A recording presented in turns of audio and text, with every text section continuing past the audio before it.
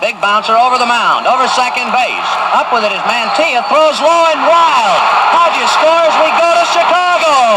The date, September 29th, 1959. At precisely 5 minutes and 55 seconds after 5 o'clock Pacific Standard Time, Gil Hodges touched home plate, and the fabulous Los Angeles Dodgers had won the National League pennant.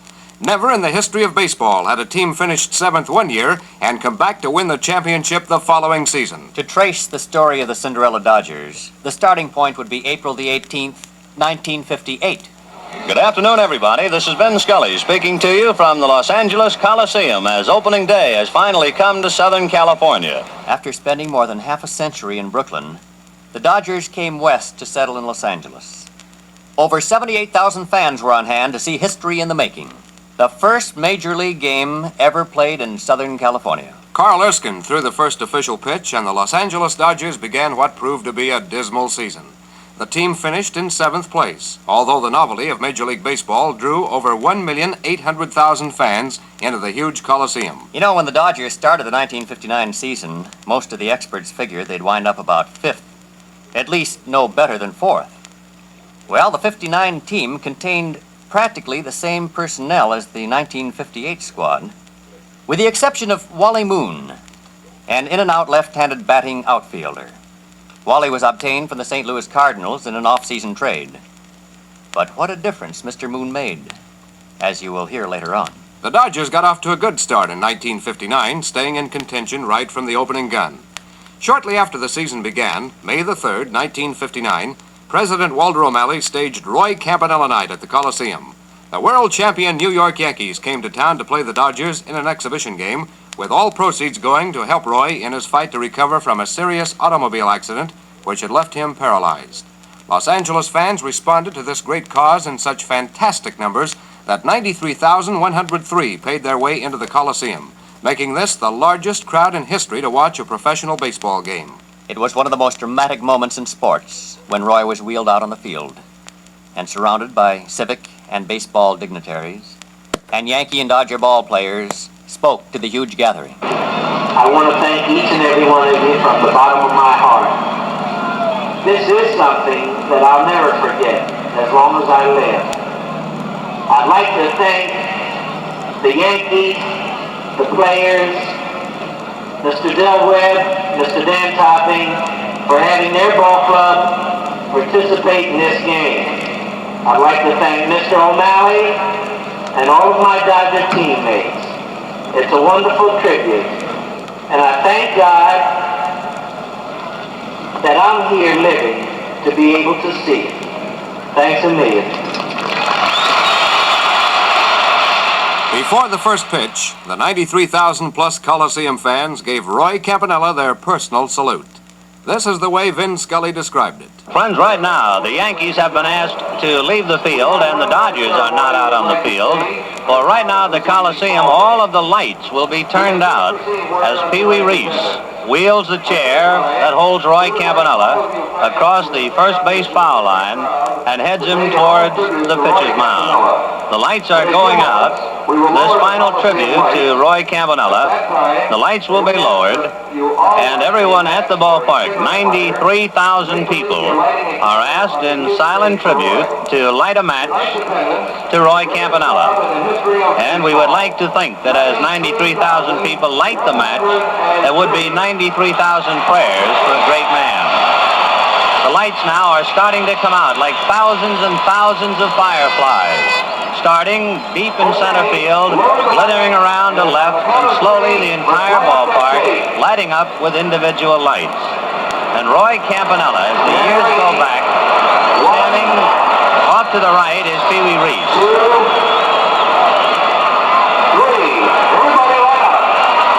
Sea of lights at the Coliseum, perhaps the most beautiful and dramatic moment in the history of sports.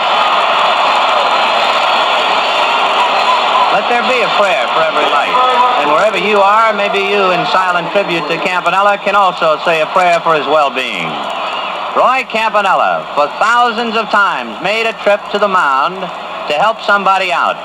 A tired pitcher, a disgusted youngster, a boy who perhaps had his heart broken in a game of baseball. And tonight, on his last trip to the mound, The city of Los Angeles says hello to him. Listen. Few will remember the final score of that Yankee-Dodger exhibition. But the thousands who were there and the many thousands who heard it on radio will remember. And so will Roy Campanella. When Pee Wee pushed me out there and they turned the lights out, so I said, well, Pee Wee, now you have to stand beside me. And then they announced that they had 93,000. So I said, well, Pee Wee, that's my number turned around backwards, which it is, 39. See, that's really an oddity about the crowd tonight. Another silent tribute to you. 93-39 old Camp. When Pee Wee asked you to come to home plate the night of his night back at Ebbets Field, why did he do that, Roy? Well, Pee Wee said, Campy, I'm a little nervous, and will you come out there and stand with me? That's the night, Vince, when he had that real large cake at home plate and numerous other gifts. And Pee Wee said, well, Campy, come on out there and stand beside me. So I did. So then turnabout a few years later, why, Pee Wee was out there standing with you. Did you have any other thoughts in your mind looking up at all those lights? Well, it brought back one remembrance when during the war they used to ask you not to strike matches or something if something was blacked out. Now I see why. Because I had no idea in the world that many sparkles could be in the dark, and it was beautiful. Looked like the biggest jewel case in the world. Oh, honest, Vince, it's something that you'll always remember that. And just like I said at the end of the little talk I gave, I thank God that I was able to be living and be here to see it myself. Well, Roy, you know, you do all of us a lot of good just by being out here. So believe me, we're repaid for everything that anybody could possibly do for you. When the Dodgers moved west, so did the Giants. And if anyone thought this great baseball rivalry would suffer from the change, they couldn't have been more wrong.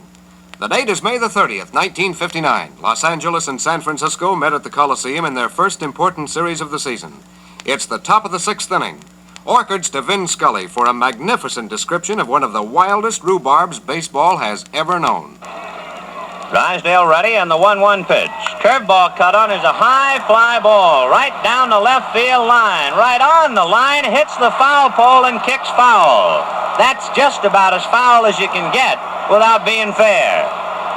Willie Mays hit the foul pole, and it kicked off in foul ground. Rigney is telling Mays to trot all the way around. Solly Parker and Bill Rigney appealing to third base umpire Dusty Hodges. And now they're going to wave Mays around, and here come the Dodgers after Hodges.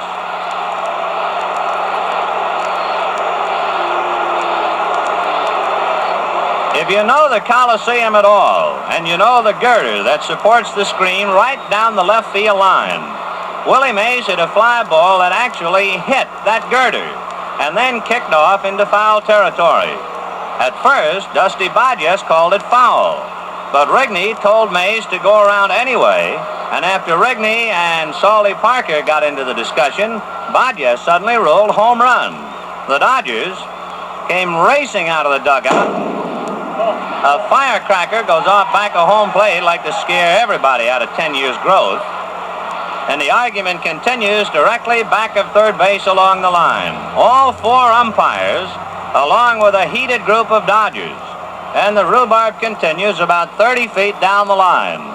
So Willie Mays, who is normally causing a lot of noise either at the Coliseum or Seal Stadium, has now really set off a bomb here at the Coliseum. When you look at that girder down the left field line, there are many cables and wires that make it a very tough spot to look at. No doubt the Dodger contention is that the ball hit one of the wires to make it foul. But Hodges is now sticking to his guns. Drysdale is so mad he almost kicked 20 feet of the Coliseum out of the park. Gil Hodges right now is jaw to jaw with Dusty Hodges. Gil pointing first with his left hand, then with his right hand. Drysdale appealing to the gods right now. He just wants to holler at anybody who'll listen. Don Zimmer is arguing with Tommy Gorman. The other three umpires now leave Hodges alone, and he is in the midst of lions. Don Zimmer, Don Drysdale, Walter Alston, Gil Hodges, and Wally Moon are blistering Hodges, and Dusty every now and then seems to punctuate a Dodger sentence by pointing with his left hand to that left field foul pole. At the very top of the foul pole, there are two slanting guide wires. One goes from the top of the pole to the right down to the screen, and the other one goes from the top to the left down to toward the stands. The Dodger contention is that the ball hit the guide wire going to the left and would be fouled. Alston and Hodges and Zimmer and Moon continue to appeal. Gorman now tells Hodges to walk away, but Hodges goes right after Gorman. Zimmer will be hoarse in another 2 minutes. The veins on each side of his neck bulging out like the cable that actually holds up the left field screen. Hodges sticking to his guns. The Dodgers continue to appeal, but Mays has touched all the bases and will come in with a home run. Gorman, who is the captain of this umpiring quartet, has now summoned Bill Rigney out of the Giant dugout, and both Gorman and Scully Parker are flanking Bill Rigney, and of course Gorman doing all the talking. Meanwhile, the Dodgers are still around Hodges at third, but watching Rigney's reaction, it looks like Gorman is going to call it foul, and Rigney is about ready to eat his glasses. Alston has walked away like a Philadelphia lawyer who has just won his case. Rigney slams his hat down and the gray hairs glistening under the lights. Bill is now going jaw to jaw with Hodges. Now he kicks at the dirt. Hands on his hips, left hand thrown high in the air. Ed Sudol comes in to quiet the Giant manager down. Rigney's left hand, then his right hand up in the air. Now his hat is back on. So first the Dodgers appeal and walk away, and now it's Rigney's turn to be on the griddle. All four umpires appear to be trying to placate Rigney. Presenting their case, the Giant manager now starting to walk around, slamming his hands together, pointing with the right hand, then with the left. Now a big sweeping gesture with the left hand. Gorman comes after him now as if Rigney must have touched a nerve, and Gorman goes chewing right back after the Giant manager. Rigney now goes after Gorman, points with his left hand to that girder. Gorman answers with a right-handed gesture. Rigney bows at the waist with a sweeping right hand. And Gorman and Rigney are really going at it. Hodges comes over, and Rigney, like a mad traffic cop now, with a right hand, indicating that all the umpires are mad. Rigney kicks at the dirt, walks away with a hopeless gesture of both hands. Willie Mays comes out. Rigney drapes his left arm around Mays' shoulder and sends him to go to second base. I'll meet you halfway, and what a riot.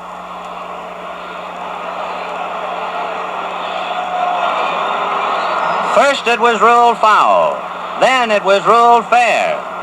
Then the Dodgers won half a case and got Mays to go to second base.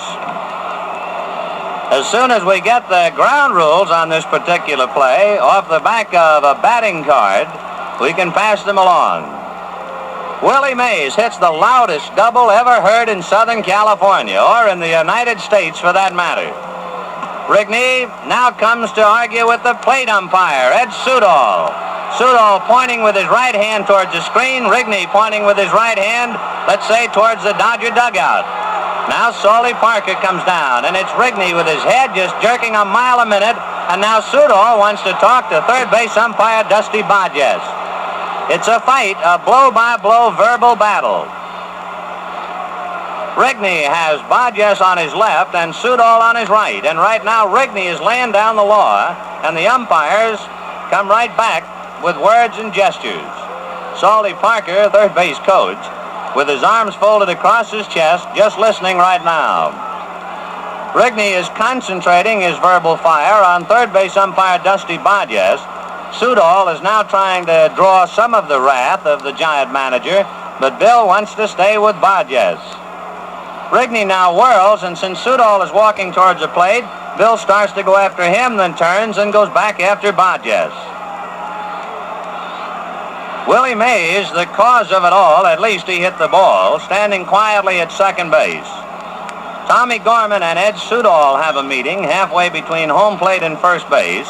Hodges has his hands full with both Rigney and Scully Parker. We will have to wait to get the actual and official clarification.